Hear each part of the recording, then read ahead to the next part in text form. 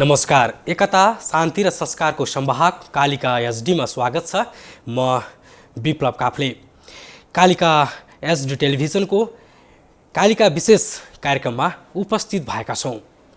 आजको यो कार्यक्रममा हामी माडीमा अयोध्या धाम बनाउन सम्भव छ त यिनै विषयमा रहेर कुराकानी गर्दैछौँ।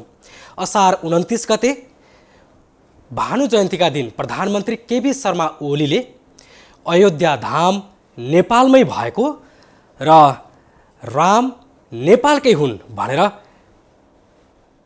आफ्नो भनाइहरू सार्वजनिक गर्नुभएको थियो। त्यस लगत्तै माडीमै अयोध्या धाम बनाउन सकिने गरी उहाँले माडीका जनप्रतिनिधिहरू र त्यहाँका सरकारवालाहरूसँग छलफल समेत गर्नुभएको थियो। के माडीमा अयोध्या धाम सम्भव छ त? यिनै विषयमा कुराकानी गर्नको लागि आज हामीसँग प्रस्तावित माडी अयोध्या धाम निर्माणका एक अभियन्ता नारायण प्रसाद सापकोटा हुनुहुन्छ। आउनुहोस् उहाँलाई कार्यक्रममा स्वागत गरौँ। यहाँलाई कार्यक्रममा स्वागत छ। धन्यवाद विप्लवजी। असार 29 गते प्रधानमन्त्री केपी शर्मा ओलीले अयोध्या धाम नेपालमै भएको र राम नेपालकै भएको भनेर जुन किसिमको दाबी गर्नुभयो, त्यसपछि राजनीतिमा र समग्र नेपालमा पनि यसको तरङ्ग आएको थियो। अहिले माडीमा चाहिँ यसको तरङ्गले कतिको हल्लाइराखेको छ? विप्लवजी, सम्माननीय प्रधानमन्त्री केपी शर्मा ओलीले असार 29 गते भानु जयन्ती अवसर पारेर जुन भगवान राम नेपालकै छोरा हुन्, नेपालमै जन्मेका हुन्, त्यो पनि पर्सा पश्चिम अथवा ठोरी पश्चिम माडीकै आसपास, ठोरीकै आसपासमा जन्मेका हुन सक्छन्, अनुसन्धान अगाडि बढाउनुपर्छ भन्ने कुरो जुन सार्वजनिक गर्नुभयो, त्यसले माडीमा मात्र होइन, चितवन मात्र होइन, समग्र देशभरि एउटा तरङ्ग ल्याइदियो। राष्ट्र प्रमुखले नै एउटा धार्मिक संरक्षण, संस्कृति संरक्षण र त्यो विषयलाई पनि राष्ट्रियतासँग जोडेर जुन विषय आयो, त्यसले समग्र माडीवासी उत्साहित भएको अवस्था छ। र त्यसको लागि अयोध्या धाम कहाँ निर्माण हुन सक्ला त नि भनेर खोजी नीति हुँदै जाँदाखेरि साबिक अयोध्यापुरी गाविस, त्यसैलाई आधार मानेर त्यहाँ चाहिँ 3वटा स्थल यो अयोध्या धाम निर्माण गर्न सकिने हुन सक्छन् भनेर एउटा प्रस्ताव गरिएको छ। र त्यसमा पनि फेरि माडी नगरपालिका वडा नम्बर 7 का त्यहाँका स्थानीय बासिन्दाहरू यहाँ पनि केही तथ्यहरू छन् है, यसलाई पनि खोजीको विषय बनाइयोस् भनेर माग गरिरहनु भएको छ। अहिले चाहिँ विभिन्न अनुसन्धान तथ्यहरू सङ्कलन गर्ने काम अगाडि बढेको छ र त्यो प्रधानमन्त्रीको जुन अभिव्यक्तिले समग्र माडीवासीमा, नेपालीहरूमा एउटा तरङ्गित रूपमा भएको अवस्था छ। तपाईँ खोज तथा अनुसन्धानमा पनि सक्रिय हुनुहुन्छ र चितवनमा लामो समयदेखि पत्रकारिता पनि गर्दै आइरहनु भएको छ। माडीमा यो अयोध्या धामलाई पुष्टि गर्ने आधारहरू अहिलेसम्म के भेटिएका छन् र अब भेट्ने क्रममा के छन्?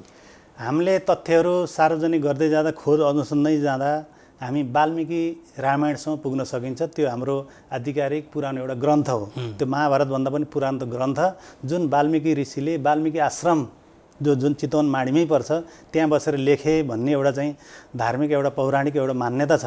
त्यसलाई पनि आधार मानेर हेर्ने हो भने वाल्मीकि आश्रम माडीमै हुनु, त्यसपछि त्यहाँ परशुराम कुण्ड, गोद्धक धाम, पाण्डव नगर, सोमेश्वर, त्यसपछि गएर चाहिँ बैराट ध्वनि छन्, शनि मन्दिर, बुलबुले ताल, रेवा त्रिवेणी, बैकुण्ठे धाम, रामसीता गुफा, त्यसपछि हनुमान पर्वत, बाँदर झुला, यी लगायत त्यो रामसँग सम्बन्धित भएका बाँदर, हनुमान, यी कुराहरूलाई हेर्दा पनि यो आधार चाहिँ छ है।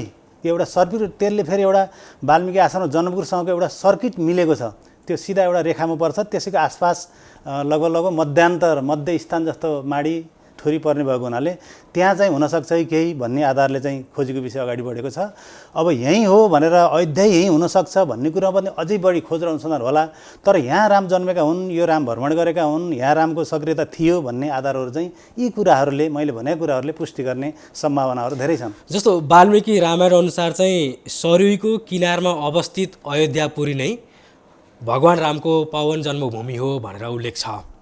माडीमा सरुई नदी चाहिँ भेटियो। यस्तो अब पौराणिक मान्यता अनुसार जुन हाम्रो धार्मिक ग्रन्थहरू छन्, रामायणमा केही कुरा त्यहाँ उल्लेख छ। पहिलाको यो हाम्रा अनुसन्धानकर्ताहरूले भन्ने गर्छन् पहिलाको सरुई नदी नै अपभ्रंश हुँदै अहिले चाहिँ रिउ नदी भएको हो भनेर धार्मिक अभियन्ताहरू पुरातत्त्वविदहरूले कुरा गरिरहेका छन्। यो अहिले रेवा, त्यसमा पनि त्यहाँ दक्षिण उत्तरवाहिनी नदी भनेर रामायणमा पनि उल्लेख भएको छ। उत्तरवाहिनी नदीहरूका सङ्गमस्थल, उत्तरवाहिनी नदीहरूको बिचमा रामको अयोध्या हुनेछ थियो भन्ने कुरालाई आधारहरू मान्दै गर्दा माडीका धेरै नदीहरू उत्तरवाहिनी नदी छन्।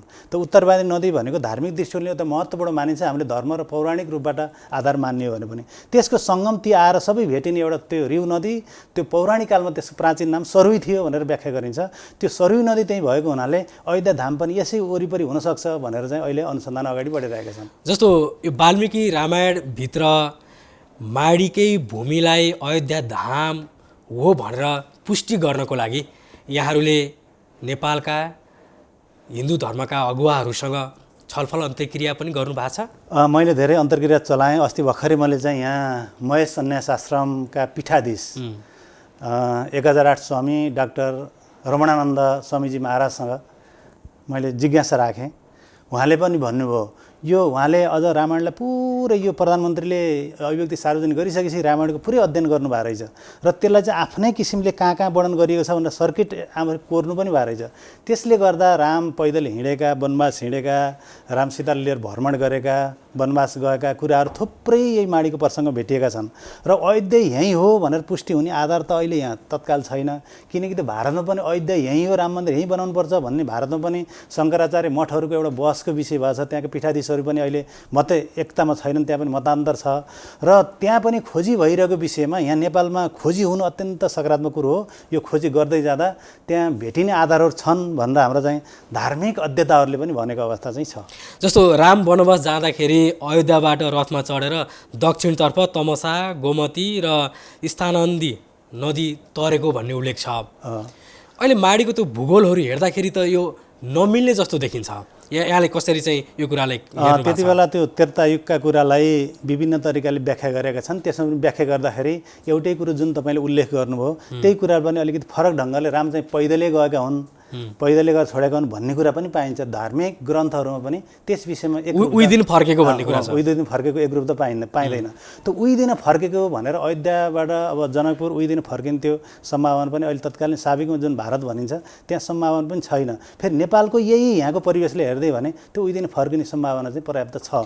त्यसले गर्दा पनि यहीँ हो कि भनेर अनुसन्धान अगाडि बढाउन सराहनीय हो र त्यसका सम्भावनाहरू पनि छन्। जस्तो रामायण र महाभारतमा बढी कैयन स्थलहरूको खोज अनुसन्धानमा भारतले अरबौँ खर्च गरेको अवस्था छ र धेरै अगाडि बढेको अवस्था पनि छ र भारतले अयोध्या धाम भनेर 7औं धाममध्ये एउटा धामका रूपमा पनि परिचित छ। यस्तो बेलामा अब माडीमा बन्ने धामप्रति मान्छेको जनआस्था बढ्छ के लाग्छ यहाँलाई? अब यो त पछि काम भइसकेपछि पुष्टि हुँदै जाने आधारहरू छ। मलाई लाग्छ यी त्यत्तिकै लडमा आएको यो विषय होइन, अलिकति तथ्य र अध्ययनबाट सम्म नै प्रधानमन्त्रीज्यूले पनि ल्याउनु भएको कुराहरू हो र त्यहाँको स्थलगत रूपमा हेर्दा पनि हामीले पुरानो ग्रन्थ जुन रामायण, राम भनेपछि रावणले मानिन्छ, त्यो रामायणको अध्येता त्यसका लेखक यहीँ नेपालमा बसेर लेखे। त नेपालमा बसेर लेखेका कारणले जनकपुर पनि यहीँ नेपालमा छ जुन चाहिँ परापूर्व भारत लगायत राष्ट्रले मानेको छ। वाल्मिकी आश्रम अन्तर्राष्ट्रिय राष्ट्र सबैले मानेको अवस्था छ। त्यसलाई हेर्दा पनि यहाँ रामधाम बन्दाखेरि नस्वीकार्ने अवस्था छैन। किनकि राम एउटा पवित्र, राम राज्य कायम गर्ने, मान्छे त अनुशासन नैतिकसँग जोडिने विषय हो। त्यहाँ भारत पनि बनाउँछन्। अब अहिले चाहिँ भारतले फेरि गौतम बुद्ध यहीँ हो भनेर चाहिँ त्यो बनिरहेको अवस्था पनि छ।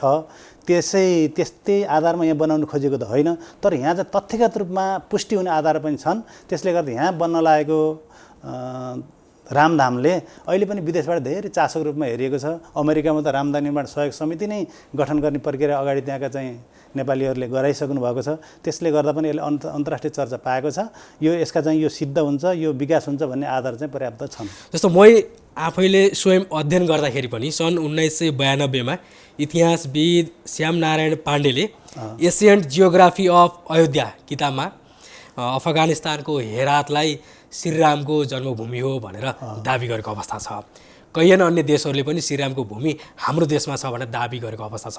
यो बेलामा अब शास्त्रीय रूपमा उत्खननको लागि सरकारको कदम कुन रूपमा जानुपर्ला जस्तो यहाँलाई लाग्छ? यो सबभन्दा पहिले त पुरातत्त्वविदले अनुसन्धान कार्यलाई अलिकति सक्रिय बनाउनै पर्छ। जुन तपाईँले भन्नुभयो अयोध्या पनि राम जन्मेको हुन सक्छन् भनेर त्यहाँ धेरै आधारहरू छन्। यद्यपि अयोध्यामा त्यहाँ रावणलाई पनि भगवानकै रूपमा अयोध्या होइन लङ्कामा रावणलाई पनि भगवान्कै रूपमा मान्ने चलन पनि भएर रावणका पनि विभिन्न मन्दिरहरू त्यहाँका स्थलहरू पूजा गर्ने श्रीलङ्कामा प्रचलन पनि छ।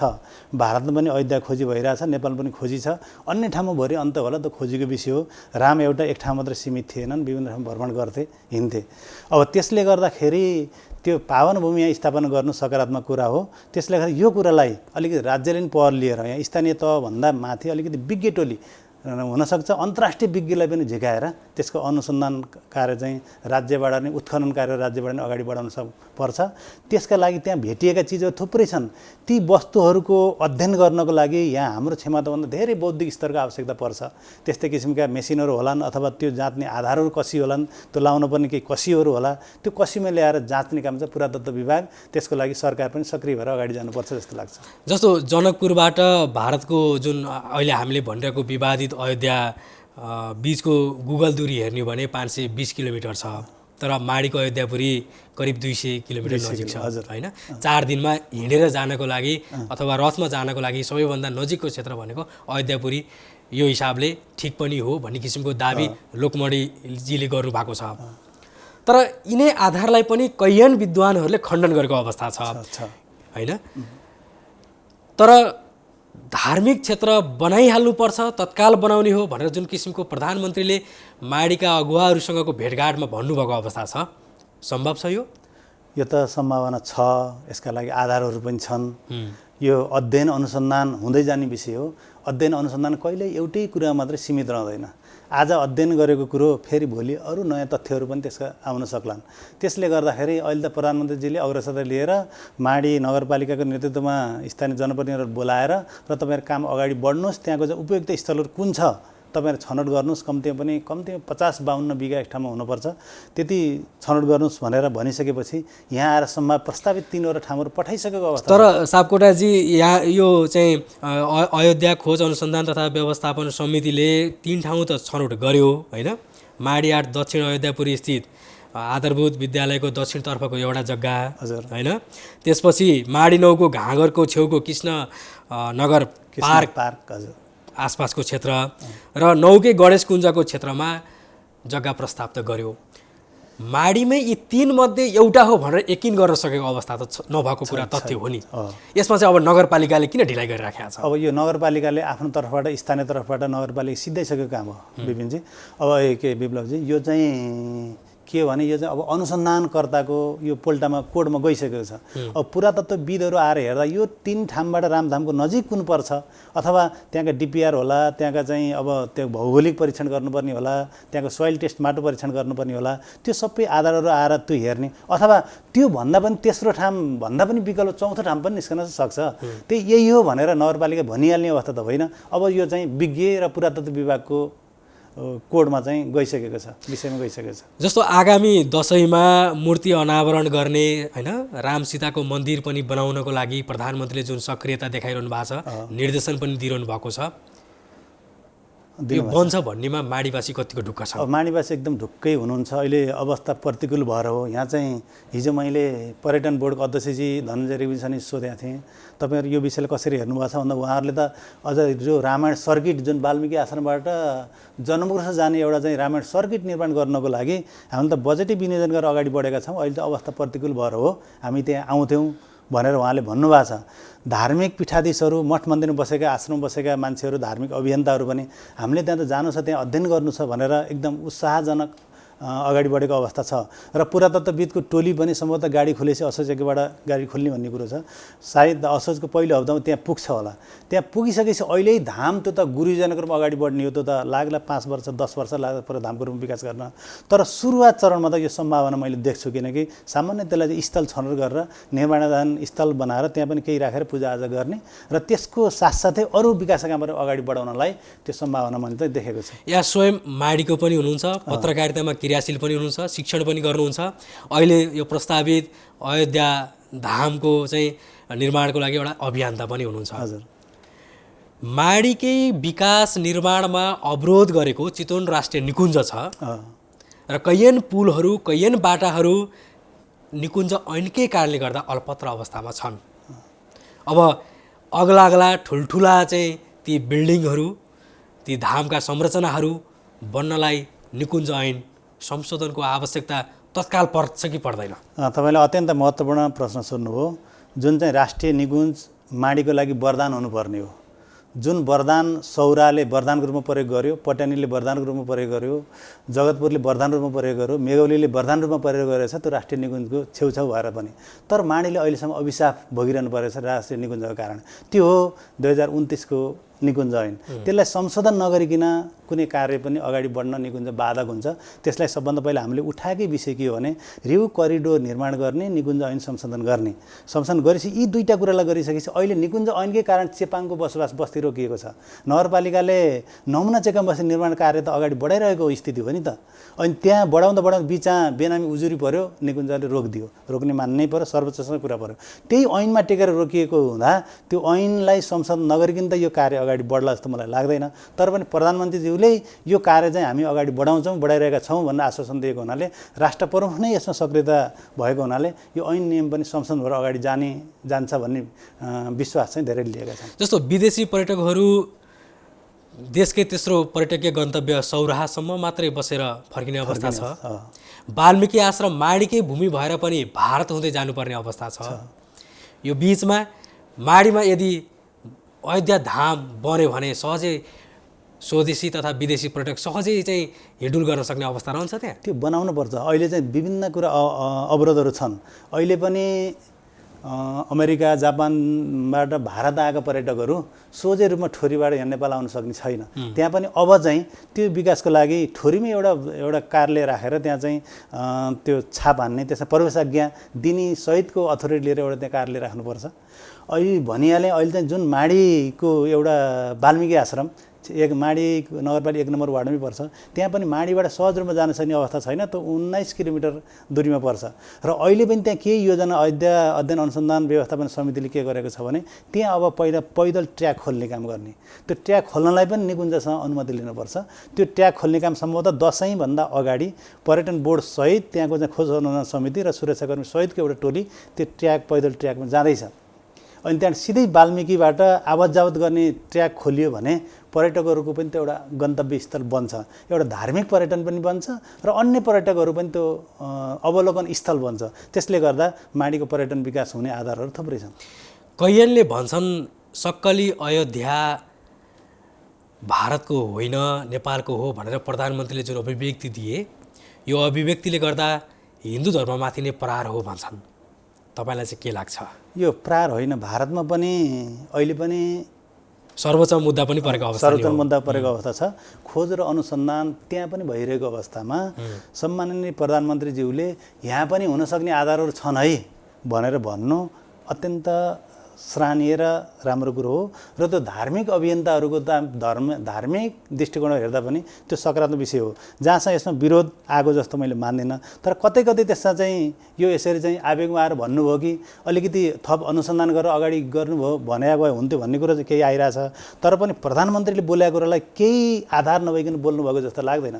उहाँले पनि विभिन्न टिमसँग, धार्मिक मठाधीशहरूसँग छलफल नै गर्नुभएको छ। त्यसले गर्दा केही आधारहरू उहाँसँग छन्। प्रधानमन्त्रीले जनप्रतिनिधिले भेट्दा पनि त्यहाँका पुरै स्थलहरू उहाँले स्मरण राखेर व्याख्या गरिरहनु भएको छ। त्यसले गर्दा पनि उहाँले धेरै खोज्नु भएको जस्तो लाग्छ। त्यो धार्मिक अभियानको दृष्टिकोणबाट हेर्दा पनि यो हिन्दू धर्ममाथि प्रहार त यो पटक्कै होइन, झन् यसलाई प्रवर्धन गर्ने विषय हो। तत्कालीन नेपालको पहिचान हिन्दू राष्ट्र हटेर देश धर्मनिरपेक्ष बनिसकेको अवस्थामा एउटा धार्मिक क्षेत्रको लागि देशको प्रमुख व्यक्तित्वले यसरी लबिङ गर्नु चाहिँ कतिको जायज हो? यो विप्लवजी यो अत्यन्त महत्त्वपूर्ण कुरो। यो धर्म भनेर अलिकति अर्थ सङ्कुचन गरिदिएछन् कि अहिले चाहिँ। धर्म भनेको केवल त्यो टुप्पी पाल्ने, त्यहाँ पूजा गर्ने, घन्टी बजाउने मात्रै विषय होइन। धर्म भनेको विकाससँग जोडिने विषय हो, चेतनासँग जोडिने विषय हो, ज्ञानसँग जोडिने विषय हो। हाम्रा बाबुबाजे ऋषिमुनिहरूले तिमीहरूले काम गर्दा आफ्नो काम धर्म नछाडिकन गर है भनेर भन्छन्। धर्म नछाड्ने भनेको इमान्दारिता नछाड्ने हो। यो इमान्दारितासँग, परोपकारसँग, मेलमिलापसँग, सद्भावसँग अनि त्यसमा सहिष्णुतासँग जोडिएको धर्मको विषय हो। त्यो कर्मकाण्ड, पूजाआजा, घन्टी बजाउने भन्ने कुरो त त्यो धर्मभित्रको एउटा सानो अंश हो। त्यसैले मान्छेले अलिकति त्यो धर्मलाई अतिरञ्जित गरेर अर्थ सङ्कुचन गरेर केवल त टुप्पी पाल्ने धर्म भनेको त त्यही अब कर्मकाण्ड गर्ने, टपरा बटुल्ने भन्नेलाई मात्रै सोचेका छन्। तर धर्मको व्यापक अर्थ छ। त्यो चेतना, बुद्धि, सद्बुद्धि, बुद्धि, सहिष्णुता, परोपकार, मानवतासँग जोडिएको विषय हो। त्यसरी धर्मको विकास हुनुभन्दा त समग्र राष्ट्रको विकास हो। त्यही भएर यो धर्मलाई अर्थ अलिकति विस्तार तरिकाले बुझ्नको लागि म सम्पूर्णलाई अनुरोध पनि गर्छु। माडिमको तथ्याङ्क केलाएर हेर्ने हो भने करिब 3000 भन्दा बढी लाल पूर्जाविहीन स्थानीयहरू छन्। त्यही कुसुम खोलाकै घटना हेर्ने हो भने तिनीहरूलाई व्यवस्थापन गर्न नसकेर माडी नगरपालिकाको आलोचना पनि व्यापक छ। सुकुम्बासी अव्यवस्थित बसोबासीहरूको समस्या प्राथमिकतामा राखेर अगाडि बढ्नुपर्ने हो कि एउटा धार्मिक गन्तव्यको लागि नगरपालिका सक्रिय बन्ने हो? मैले अगाडि नै भने माडी नगरपालिकाले नमुना चेपाङ बस्ती बसाउनको लागि त्यहाँ माडीको राईटोल, त्यस परिउ किनार, त्यसपछि गएर त्यहाँ शिवद्वारमा नमुना बस्ती बसाउने अभियान त सुरु गरेकै छ। 42वटा घर त अलरेडी त्यहाँ टिनले छाएर बस्न योग्य बसिसकेका मान्छेहरू। त्यसपछि 29वटा घर चाहिँ टिन छाउँदै निकुञ्ज रोकिदिएको छ। यो माडीले नगरपालिकाले पहल गरेन भन्ने कुरै आउँदैन। नगरपालिका त यति सक्रिय छ लागेको छ, त्यसको लागि माडी नगरपालिकालाई धन्यवाद दिनुपर्छ। त्यो निकुञ्ज काण्डले रोकिएको विषय हो। अर्को जहाँसँग कुरा गर्नुभयो चेपाङहरूको बसोबास, यो रामधाम मन्दिरले रोकिने हो कि यता विकास गर्दा यता रोकिने हो भन्ने कुरो गर्नुभयो। यो सरकारका विभिन्न विभागहरू छन्। त्यो रामधाम भन्ने संस्कृति पर्यटन मन्त्रालय अन्तर्गत त्यहाँ जाने विषय हो। यो त भूमि व्यवस्था सम्बन्धी अगाडि बढ्ने विषय हो। सरकारले एकैचोटि धेरै कुराहरू अगाडि बढाउँदै जान्छ। त्यसो भए फेरि पुल नबनाइकन, त्यसै बाटो नबनाइकन चेपाङ बस्ती बनाउनु पर्ने हो नि भन्ने आधार पनि आउन सक्छ। तर त्यो सान्दर्भिक विचार चाहिँ मलाई लाग्दैन। रामधाम बन्दै गर्दा यो चेपाङ बस्ती रोकिने, बाटो निर्माण रोकिने कुरै आउँदैन। अझ माडीमा 2018 सालदेखि बसोबास गरेका बासिन्दाहरू छन् जुन चाहिँ उनीहरूले कमाइ गरेका छन् तर लालपुर्जा हातमा पारेका छैनन्। अब त्यसले त्यो कुरालाई पनि सम्बोधन गरेर रामधाम निर्माण गरिरहँदा समग्र माडी विकासका आधारहरू तयार गरेर अगाडि बढ्नुपर्छ। त्यो भित्र निकुञ्जको समस्या, चेपाङ बस्तीको समस्या, भूमिहीनको समस्या, रिउ करिडोरको समस्या, त्यहाँका शिक्षा, स्वास्थ्य, रोजगारका समस्या सबैलाई सम्बोधन गरी अगाडि बढ्ने गुरुजना तयार गरेर मात्र अगाडि बढ्नुपर्छ भन्ने सबैको माग हो। सापकोटाजी यहाँ लामो समयदेखि पत्रकारिता पनि क्रियाशील हुनुहुन्छ, स्वयं माडीको पनि हुनुहुन्छ। माडी नगरपालिकाको आन्तरिक आय हेर्ने हो भने निकै कम छ र बजेट विनियोजनको अवस्था हेर्ने हो भने पनि विगतको तुलनामा केही सुधार भए पनि पर्याप्त छैन र केही ठुल्ठुला महत्त्वका आयोजनाहरू पनि माडीमा नपरेको अवस्था छ। यसरी वर्षौँदेखि पिल्सिएको माडीले यो अयोध्या धामबाट ठुलो राहत लिन सक्छ भन्ने यहाँको ठम्याइ हो? मैले रामधामलाई केवल धर्मसँग मात्रै नजोडेर विकाससँग जोडेर हेर्छु र समग्रले हेरे पनि त्यही छन्।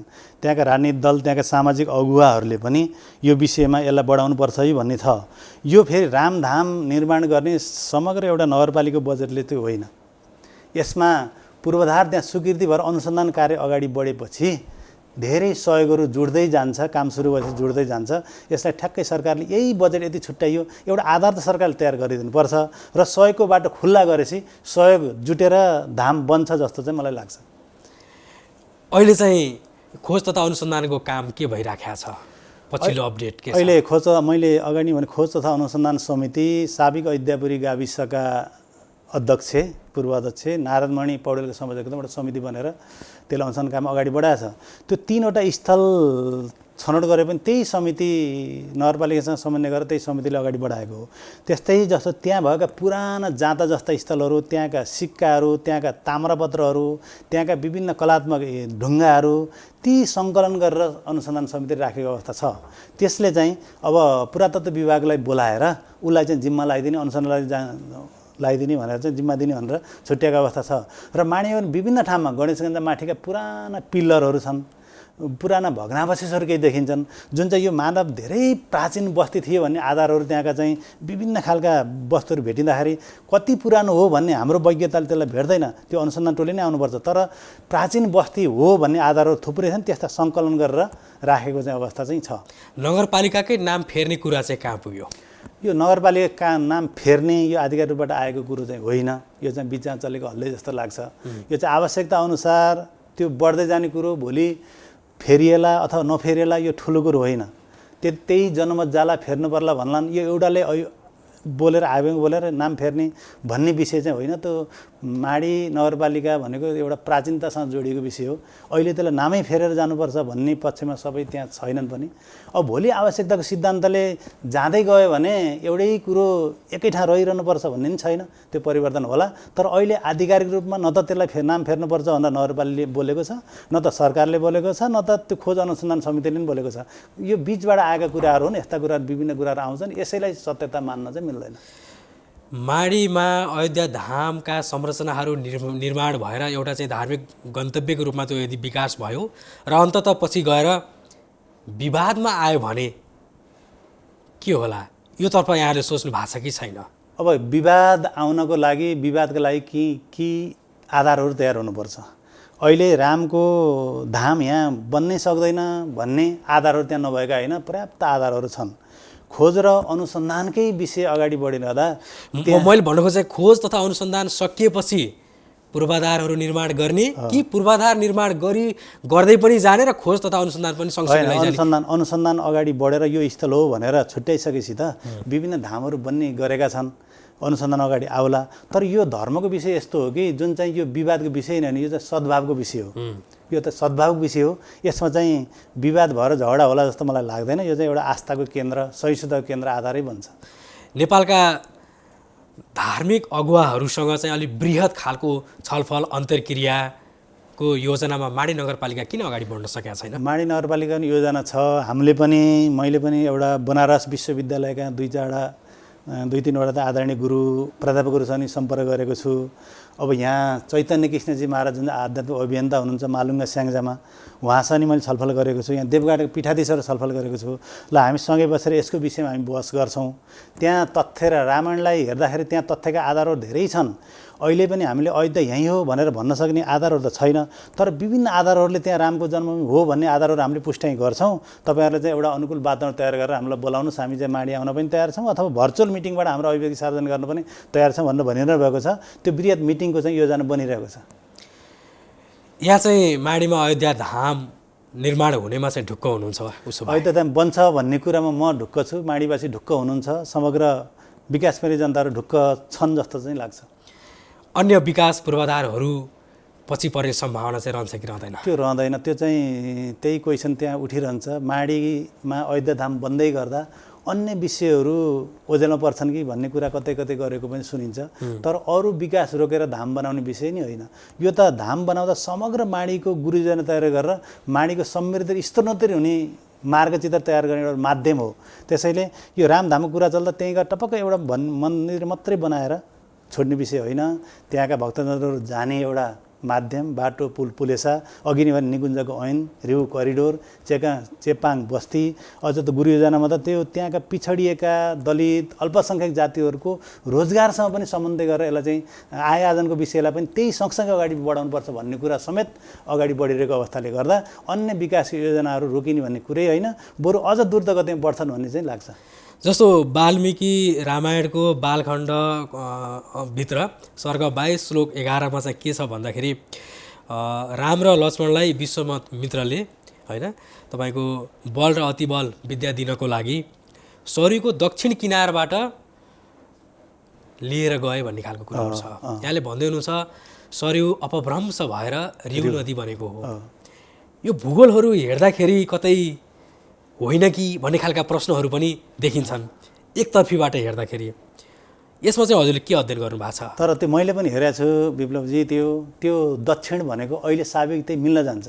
सरयू नदीको अहिले जुन परिकल्पना छ, अयोध्या धामको परिकल्पना छ, त्यो सरयू नदीको दक्षिणै धाम हो। हजुर, दक्षिण धाम हो। अनि त्यहाँ एउटा जङ्गलको परापर जङ्गलको पनि कल्पना गरिएको छ। त्यसपछि आधारहरू पनि मिल्ने छन्। त्यहाँ विभिन्न पर्वतको पनि कल्पना गरिएको छ। त्यो पर्वतलाई सुहाउने पर्वतहरू पनि उल्लेख गरिएको छ। त्यसले गर्दा होला कि भन्ने चाहिँ हाम्रो अध्ययनले देखाउँछ। यो त अझ यसलाई चाहिँ अझ बृहत अध्ययनको चाहिँ खाँचो चाहिँ छ। अन्तिममा माडीमा अयोध्या धाम निर्माणको लागि अब कुन रूपमा अगाडि बढ्नुपर्छ र अहिलेसम्म चालिएका यी कदमहरू पर्याप्त छन्? अहिलेसम्म स्थानीय तर्फबाट हुने कुराहरू भइरहेका छन्, त्यसलाई सकारात्मक मान्नुपर्छ। अब त्यसको लागि विकासको लागि सम्पूर्ण राज्यका अङ्गहरू जुन अगाडि नै भनिसक्यो, निकुञ्ज ऐन संशोधन नगरिकन यी कुराहरू अगाडि बढ्न गाह्रो छ। जुन अघि प्राचीन वाल्मीकि आश्रमबाट एउटा ट्र्याक चाहिँ खोल्नै पर्छ, किनकि त्यो माडीकै ठाउँ हो। अहिले माडीकै भूभागमा जाँदाखेरि माडीको भूभाग प्रयोग गरेर जान सकिने अवस्था छैन। त्यसले गर्दाखेरि पर्यटन प्रवर्धनमा सहयोग पुर्याउँछ। विभिन्न ठाउँबाट मान्छेहरू आउनेलाई पनि एउटा गन्तव्य स्थल बन्छ। निकुञ्जको ऐन संशोधन भइसकेपछि त्यहाँ रिउ करिडोरको एउटा विकास गर्नैपर्छ। त्यहाँका अहिले पनि मान्छेहरू चाहिँ बाली लगाएर ढुक्कसँग खाने अवस्था छैन। पाक्ने बेला त्यो बाली जनावरले सताएर खतम पारिन्छ, ज्यान जोखिममा छ। त्यो माडीका जनताहरू सुरक्षित हुनुपर्छ यो निर्माण सँगसँगै भन्ने लाग्छ। त्यसैले यो रामधामको कुरा चल्दै गर्दा रिउ करिडोर, त्यसपछि निकुञ्जको समस्या, त्यहाँको चाहिँ आदिवासी दलित चेपाङ बस्तीका समस्या, यो सँगै अगाडि बढाउनुपर्छ र यसले बल्ल सार्थक रूप लिन्छ। एकैचोटि रामधामको मात्रै कुरा गरेर फेरि माडी विकासको आधार बन्न सक्दैन। यो प्रधानमन्त्रीज्यूको परिकल्पना नै माडीको समग्र विकासको आधार बनाउने नै हो भनेर अगाडि सोध्नु भएको छ र त्यही रूपमा यसलाई चाहिँ अगाडि बढाउनुपर्छ। कालिका विशेषको यो छलफलमा सहभागी भइदिनु भयो, आभारी छौँ। धन्यवाद। त्यो रामधामका सम्बन्धमा लागेका जिज्ञासाहरू राख्ने मौका दिनुभयो कालिका टिभी र विप्लवजीलाई मेरो तर्फबाट र समग्र माडीवासी जनताको तर्फबाट यहाँप्रति हार्दिक नमन व्यक्त गर्दछु। एकता, शान्ति र संस्कारको संवाहक कालिका एसडीको कालिका विशेष कार्यक्रममा आज हामीले माडीमा अयोध्या धाम निर्माण कति सम्भव छ यिनै विषयमा रहेर प्रस्तावित माडी अयोध्या धाम निर्माणका एक अभियन्ता नारायण प्रसाद सापकोटासँग रहेर कुराकानी गऱ्यौँ। विप्लव काफले बिदा हुन्छु। नमस्कार।